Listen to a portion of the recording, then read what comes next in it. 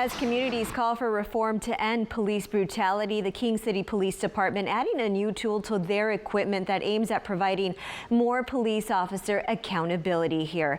Good evening, everyone. Thanks for joining us. I'm Veronica Macias. The department is the first in the state to use new technology that gives a more precise look at use of force incidents. KION's Shannon Longworth live for us outside the Monterey County Courthouse with more on how these new devices may actually help. Shannon. Veronica, these devices are weapon-mounted cameras, so they attach to an officer's gun, and they start recording when the officer takes his gun out of his holster.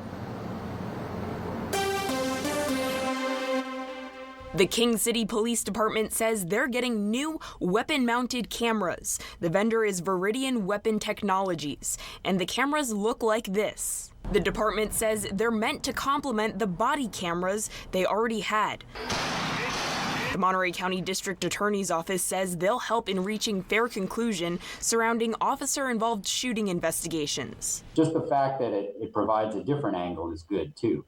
The more information, the better. And they say these weapon-mounted cameras are an improvement over body cams in that the view can't get blocked quite as easily in the moment. An officer keeps his weapon at eye line, so theoretically the camera sees what the officer sees. Additionally, the DA's office says that juries now expect to see video in these kinds of cases. If this helps the jury perceive what happened, it's definitely worthwhile.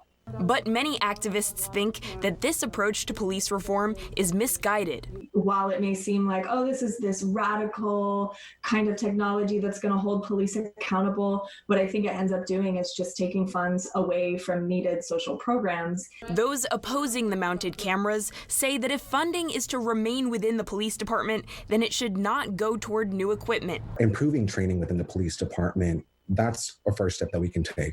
And they say they're left with questions about how accessible this new camera footage will be to the public. How do we ensure that these are helping facilitate investigations and not just another tactic to help calm down the waters within the community? Protesters also tell me that they're wondering what happens when equipment like this fails. Some of these questions will likely be answered as the police department starts to actually use these cameras. In Salinas, Shannon Longworth, KION News Channel 546.